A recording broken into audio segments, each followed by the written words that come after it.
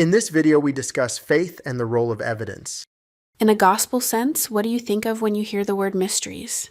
The Bible dictionary accurately describes two different meanings. Mystery denotes in the New Testament a spiritual truth that was once hidden, but now is revealed, and that without special revelation would have remained unknown. On the other hand, there is no spiritual gain in idle speculation about things the Lord has not revealed.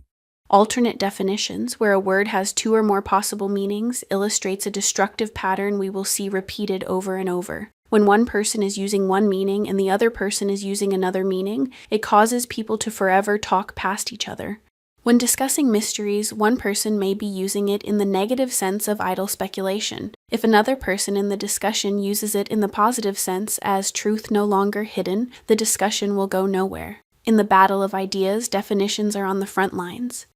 A similar conflict happens with the word faith. What is faith? Faith is the first principle of the gospel that many people have trouble explaining simply. This is because, depending on whether you are coming from a God outside the box or a God inside the box perspective, you will get two very different answers to what faith means. Elder Orson Pratt said, Faith is of two kinds, namely false and true. "Why is it essential to understand faith? Faith always implies an action to be taken. True faith leads to correct actions. False faith leads to false actions. Faith alone will not save men. Neither will faith and works save them unless they are of the right kind. Indeed, the faith and works of the greatest portion of mankind will be the very cause of their damnation. True faith and righteous works are essential for salvation, and without both of these, no man ever was or ever can be saved." So what are the characteristics of true faith versus false faith? The restored gospel says one thing, and as you would expect, traditional Christianity says the opposite. Elder Orson Pratt said, Faith or belief is the result of evidence presented to the mind. Without evidence, the mind cannot have faith in anything. traditional Christianity takes the opposite view of the relationship of faith and evidence. Faith, belief that is not based on proof or evidence. Faith consists of beliefs voluntarily espoused, beliefs that are totally beyond the reach of evidence and rational processes. "I believe," said an early Christian Tertullian, "because it is absurd, that is, non-rational." Because of this false, non-rational definition of faith, many modern philosophers have ridiculed religion with its attack on reason. Eternalism rejects such an attack on mankind's reason and claims a rational definition of faith based on evidence. Orson Pratt described the simple difference between true faith and false faith. A false faith is the result of giving credence to false evidence. A true faith, the result derived from true evidence. Historical Christianity claims faith is blind, declaring war on reason and the human mind. To those who have faith, no explanation is necessary. To those who do not, no explanation is possible. I do not know in order to believe, I believe in order to know. Once someone has chosen a mystical God outside the box, they must then continue on describing faith by undercutting reason. It is impossible to harmonize faith and reason. You must abandon your reason, know nothing of it, annihilate it completely, or you will never enter heaven. You must leave reason to itself, for it is the born enemy of faith. There is nothing so contrary to faith as law and reason. We might ask, with reason gone, what are you then left with? The answer, of course, is blind faith without any foundation. Faith is not, therefore, a standing, but a being suspended and hanging without ground under our feet. With blind faith becoming a floating abstraction, untethered from reality, how do we then measure our faith? The essence of piety is neither knowing nor doing, but feeling. With blind belief throwing out reason, this false faith then becomes measured according to subjective feelings. Whomever has the strongest feelings, however irrational, has the strongest faith. This is the essence of eternalism's mind-heart primacy issue. Eternalism claims the mind and reason have primacy over the heart. Traditional Christianity claims the heart has primacy over the mind.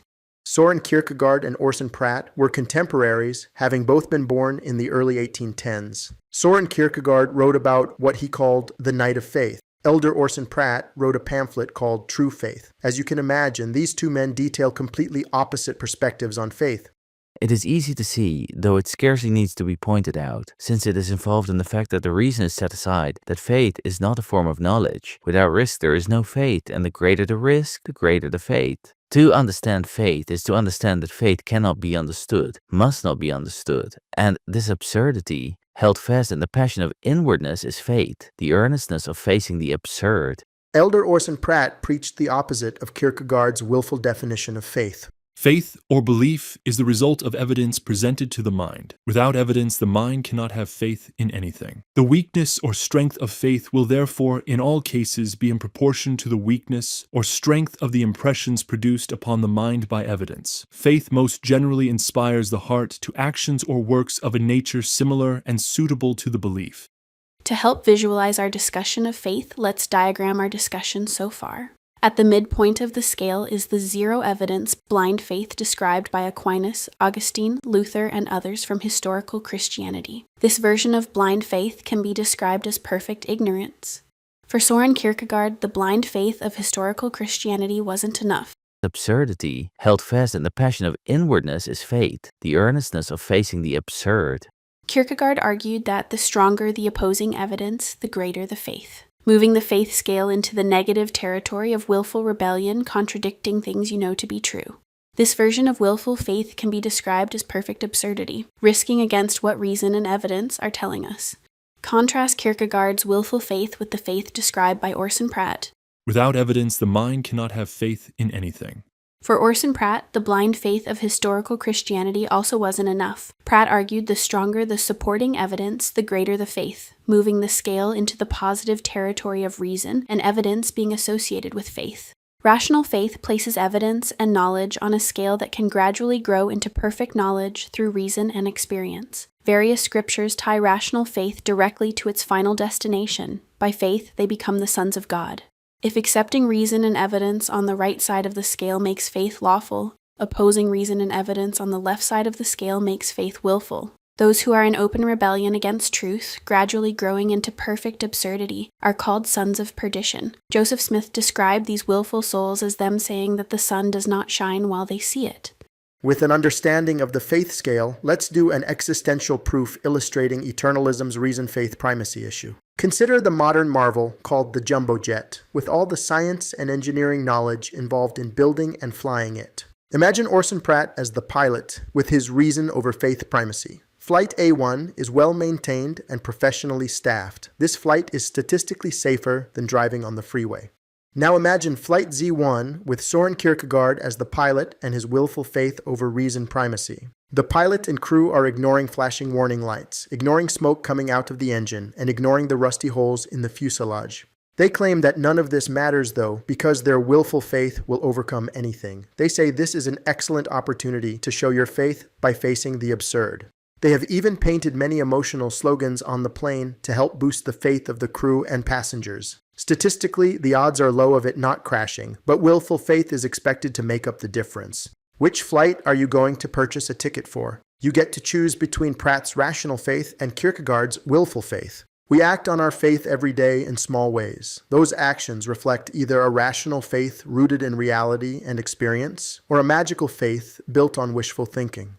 In a previous video, we took our first philosophical walk with Plato and Aristotle to see whether existence or consciousness has primacy. We now take our second philosophical walk with Pratt and Kierkegaard to see which is the true faith.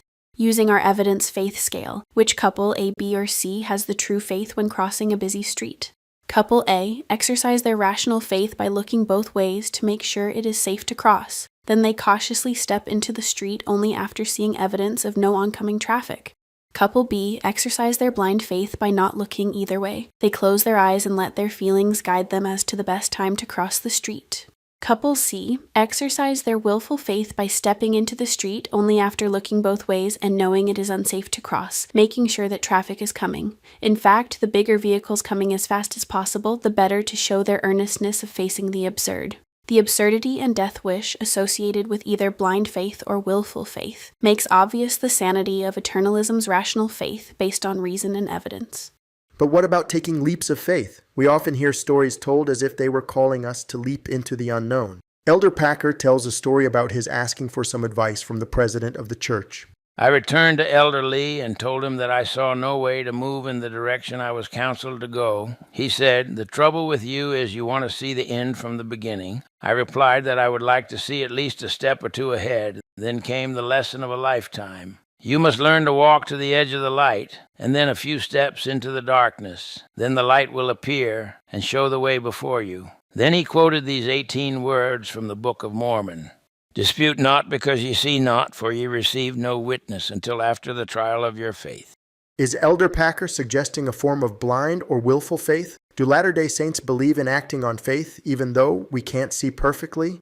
A clarifying question is to ask which has primacy, look or leap. President Packer's advice was not a blind or willful leap. Elder Packer was told to walk as far as he could in the light. Then take a few steps further and pause, looking for the illuminating light to reappear. He wasn't told to take a running blindfolded jump into darkness. He followed the correct primacy that look has primacy over leap. Every time we cross the street, we are taking a leap of faith similar to what Elder Packer describes. Diagramming the three-tier primacy clarifies the steps of such a leap. On a Tier 1, Tier 2 level, when we are standing in the light and can see clearly, we look both ways before stepping into the street. We pay attention, listen to our reason, and observe the evidence that it is safe to cross. Then on a Tier 2, Tier 3 level, we take the leap of faith by stepping into the street only after we look that it is safe to cross. While in the middle of our leap of rational faith, we do so with confidence, looking all the time for any opposing evidence that we may need to change course. Rational people follow this same pattern throughout the choices of their lives. The future is always darkness. That's why we exercise true faith to step into it with confidence. Thank you for watching this video. Please subscribe to the Christian Eternalism YouTube channel and visit christianeternalism.org.